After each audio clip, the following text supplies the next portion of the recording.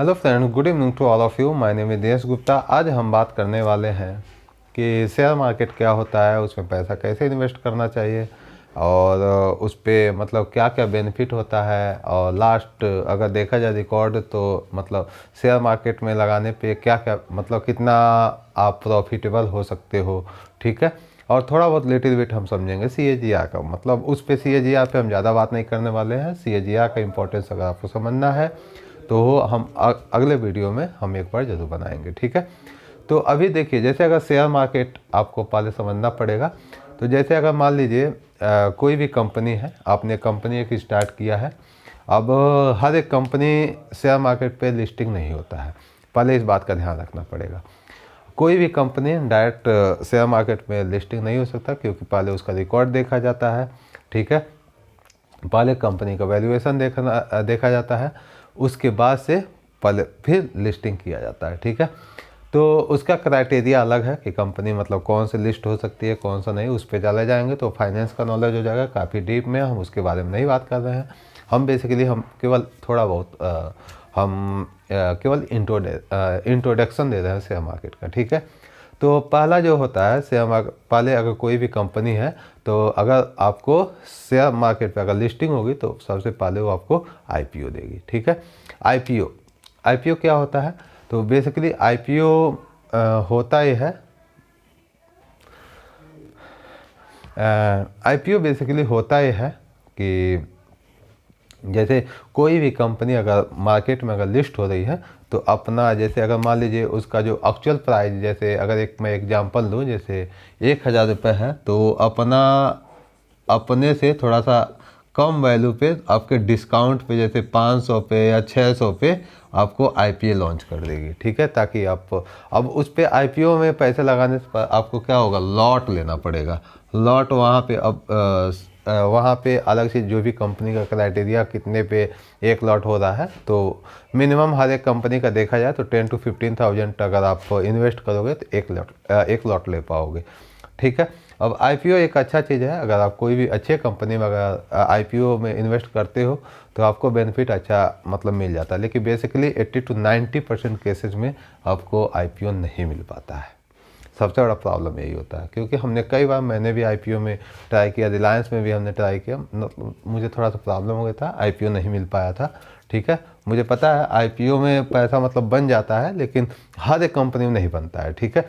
होता है एक कंपनी का पहले वैल्यूएशन देखना पड़ता है, ठीक है।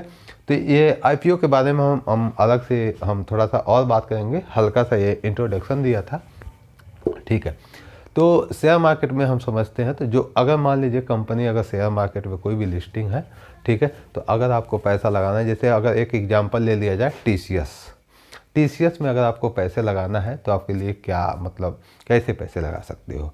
तो फर्स्ट क्राइटेरिया है कि सीधा आप जाओ डायरेक्ट NSE पे, वहाँ से आप पैसा ले लो, मतलब वहाँ पे आप किसी भी कंपनी में पैसा लगा सकते हो, ठीक है। और सेकंड जो आपका स्टेप हो सकता है कि आप सीधे डायरेक्ट अगर देखा जाए तो किसी भी ब्रोकरेज कंपनी को, ब्रोकरेज फर्म वाली कंपनी को आपको कांटेक्ट करना पड़ेगा।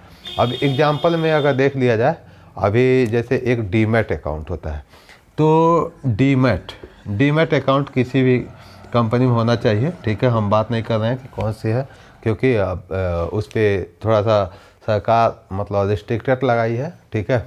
तो हम डीमैट अकाउंट, आप किसी भी कंपनी में, आप कोई भी ब्रोकरेज वाली जो कंपनी है जो डीमैट अकाउंट में मतलब डीमैट अकाउंट आप ओपन कर सकते हो और वहाँ से आप पैसा लगा सकते हो। आप कोई भी बैंक में, हर एक बैंक में आपका डीमैट अकाउंट खुलता है, प्लस अलग अलग है। जिरोधा आप नाम सुने ही होंगे, ठीक है। आप मोती वाले सवाल नाम सुने होगा। आप हर एक बार में एक बार रिसर्च करो कौन सी अच्छी है, ठीक है। आप उसके बाद से आप पैसा इन्वेस्ट करो। बात समझ में, मतलब आप उसके बाद से तो वहाँ पे डीमैट अकाउंट ओपन करो, ठीक है। उसके बाद से पैसा आप लगाओ। तो एक्चुअली में होता क्या है डीमैट अकाउंट आप बेसिकली होता ये है कि जैसे आपका पैसा बैंक में सेफ होता है ना, वैसे आपका जो शेयर होता है डीमैट अकाउंट में होता है, ठीक है। यानी कहने का मतलब ये हो गया कि जैसे अगर आपने क्या किया कि जैसे 10,000 रुपये आपने क्या किया, कोई भी बैंक में आपने क्या किया, पूरी तरह से वहाँ पे मतलब जमा कर दिया। लेकिन यहीं पे अगर मान लीजिए आपके पास 10 शेयर है तो आप क्या करोगे, तो यहाँ पे आपका 10 शेयर कहाँ पे होगा, डीमैट अकाउंट में होगा। ठीक है, डीमैट अकाउंट का बेनिफिट ये होगा कि हमेशा जब चाहो तब शेयर को बेच सकते हो और जब चाहो तब शेयर को खरीद सकते हो। ठीक है, अब इस पे हर एक कंपनी अपना ब्रोकरेज चार्ज करती है। किसी का 0.00 किसी का 0.02% है, किसी का 0.01% है। वो आपको सर्च करना पड़ेगा कि कौन से जो ब्रोकरेज कंपनी है जो हमको अच्छा रिटर्न दे रही है। ठीक है, अब इसके बाद हमने शेयर मार्केट में, अब ये थोड़ा सा अगर आपको शेयर मार्केट में पैसा इन्वेस्ट करना है तो पहला जो स्टेप होगा कि आपको जो एलिजिबिलिटी जो है, एलिजिबिलिटी देख लीजिए। एलिजिबिलिटी ये है कि इसमें कोई एजुकेशन नहीं चाहिए, एजुकेशन आपका 0 होना चाहिए, एजुकेशन से कोई मतलब नहीं है। आपका उम्र जो है, सीधी बात है, आपका 18 ईयर से एबव होना चाहिए। बात समझ में आ गया। कोई माइनर अगर इस वीडियो को देख रहा है तो उसके गार्जियन का आप डीमैट अकाउंट खुल सकता है और वही चीज़ें आप माइनर मतलब वो डीमैट अकाउंट को नहीं चला सकता है, सीधी बात है, उसके गार्जियन चलाएंगे।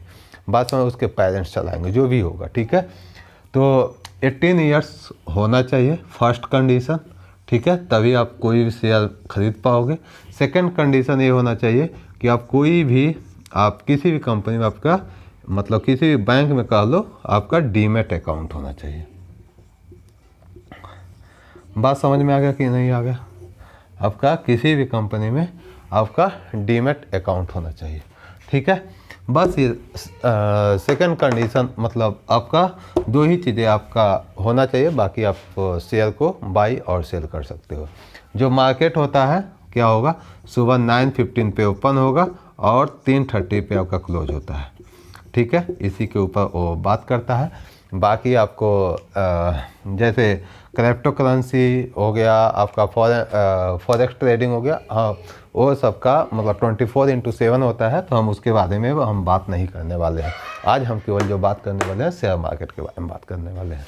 ठीक है, तो इतना आपने कर लिया। ठीक है, अब देखिए अब कैसे कर सकते हो।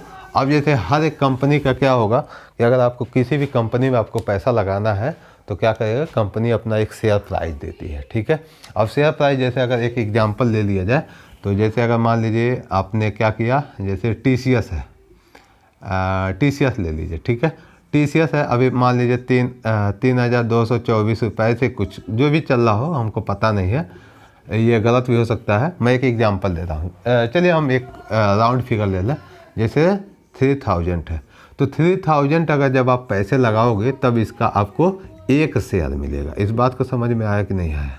ठीक है, आप सोचोगे कि आप 5000 लगा दो इसमें तो आपको शेयर मतलब मिल जाए, नहीं होगा। आपको 1 ही शेयर मिलेगा और बाकी 2000 रुपये आपका बच जाएगा। अगर आपको दूसरा शेयर लेना पड़ेगा तो वहाँ पे 6000, यानी कि आपका सीधा इसका मल्टीपल जाएगा। अब यानी कि 18,000 जब लगा वो 9,000 आप जब लगाओगे तो कितना होगा, सीधी बात है, तब आपको 3 शेयर मिल जाएगा। बात समझ में आ गया कि नहीं आ गया? यहाँ पे यानी कि इसका मल्टीपल पे ही आपको 1 शेयर मिलेगा, मतलब जो भी है। ठीक है, अब सीधा सा मतलब जैसे अगर आपका मान लीजिए 12,000 है, ठीक है, 12,000 जितना शेयर प्राइस चल रहा है, कितना चल रहा है, जैसे 3,000, तो 3,000 से अगर आप डिवाइड कर दोगे तो जितना होगा 4, यानी कि कितना हो जाएगा, 4 3 12 जब हो रहा है ना, तो कितना शेयर मिल जाएगा आपका, 4 शेयर मिल जाएगा। बात समझ में आ गया कि नहीं आ गया? ठीक है, अब इस पे आपका प्रॉफिट कैसे होता है इस बात का देखिएगा।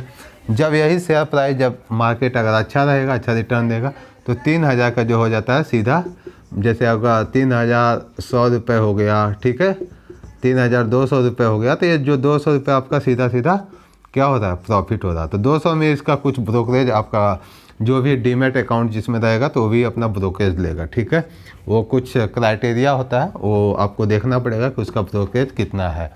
तो आपको पहले चेक करना पड़ेगा कि वो कौन सी कंपनी है, तो उसका एक बार क्राइटेरिया, ब्रोकरेज, हर एक चीज़ पहले चेक करने से पहले ही उसमें डीमैट अकाउंट ओपन कराओ। ठीक है, समझ में आ गया कि नहीं आ गया? चलिए अब आगे हम बात करेंगे कि अगर मान लीजिए आपने शेयर खरीद लिया है तो आप जैसे इस पे क्या किया, आपके पास 9,000 है, आपने क्या किया, TCS का आपने 3 शेयर ले लिया।